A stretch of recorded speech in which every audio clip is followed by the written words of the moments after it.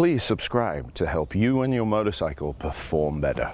It's not as pronounced. Get back over here.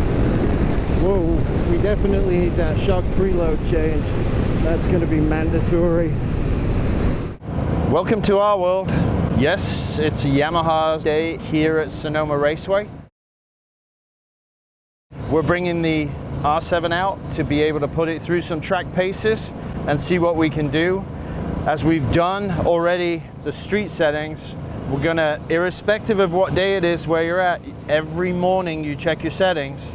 Not that the world is full of people that will screw with your stuff, but it's a good place to start that you know where everything is.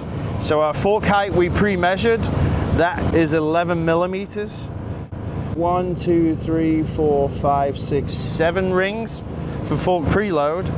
So rebound, 1, 2, 3, 4, 4 out. And then on compression,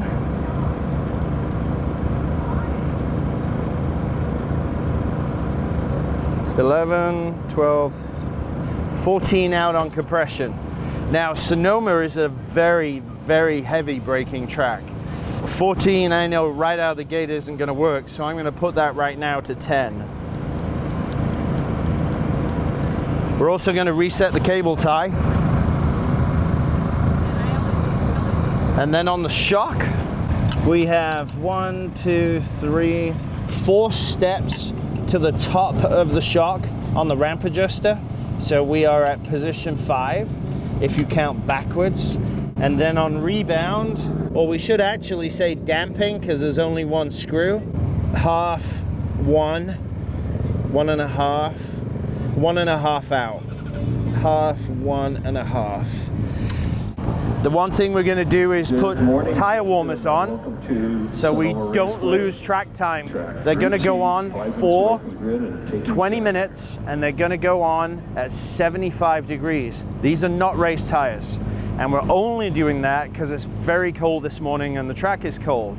Later in the day, when we're ambience around 70, 75, I'm going to let the bike sit in the sun and follow the sun all day, and that'll heat the wheel, which gets the tire hot. Once the wheel and the tire stabilize, all is well. So to expedite our filming with the Hypersport tires, I'm only going to use a very short period of time with a medium heat. So first group's going out, time for me to suit up. Morning, Quattraro.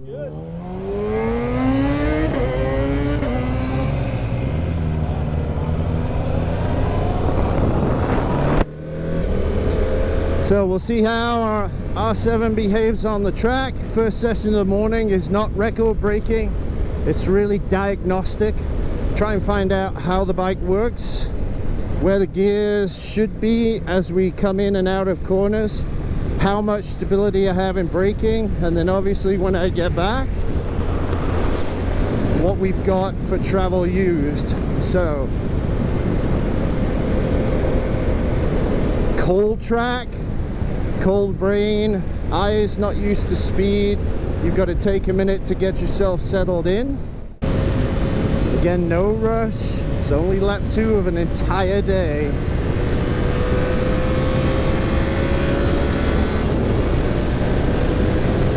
So now let's assess braking. For 7, we'll go at the patch there. Gentle braking does make the front end dip quite a bit. So that's interesting.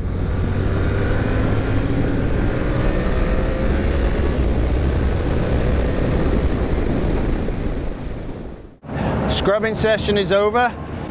Went out track temp at 95 degrees, cold wind blowing, 30 front, 28 rear. Came in rear 32, front 34. Minimal gain on the front, but it is cold and there's a cold winds. So street tires cool off quickly. That's not a surprise. Fork travel, as expected, needs a lot more help.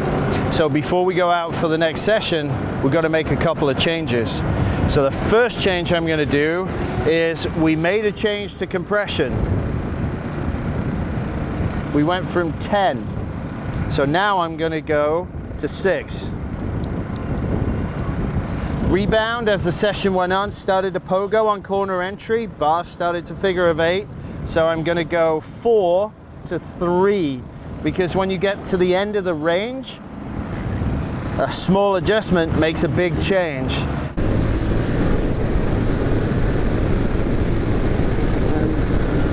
It's holding its line in slower corners, but with those camber changes, it is definitely unhappy. So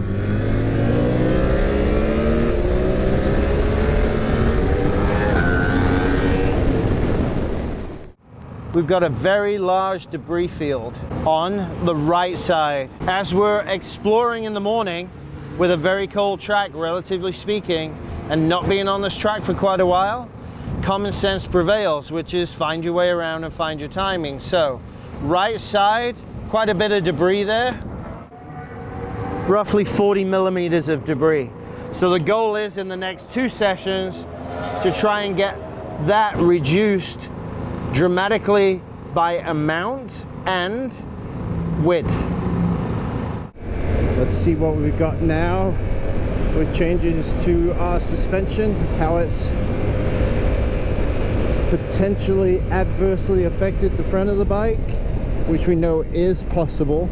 So I'm not going to project over the course of the laps. We will see what we've got,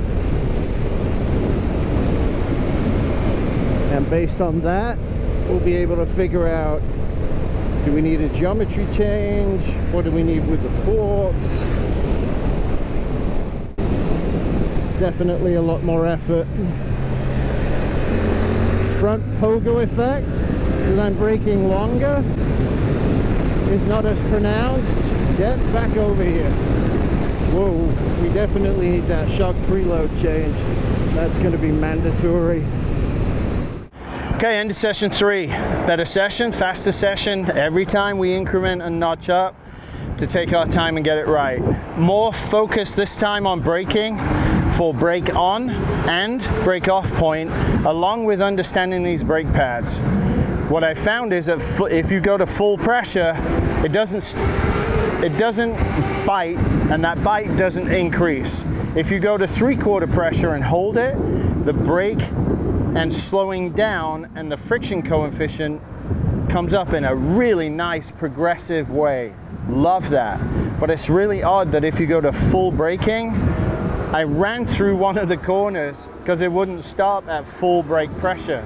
So I've learned that if I carry 3/4 brake pressure for just a little longer, I can brake way more effectively and I can use the pads. So understanding pressure and duration and the friction that your pad to rotor offers yields much better braking.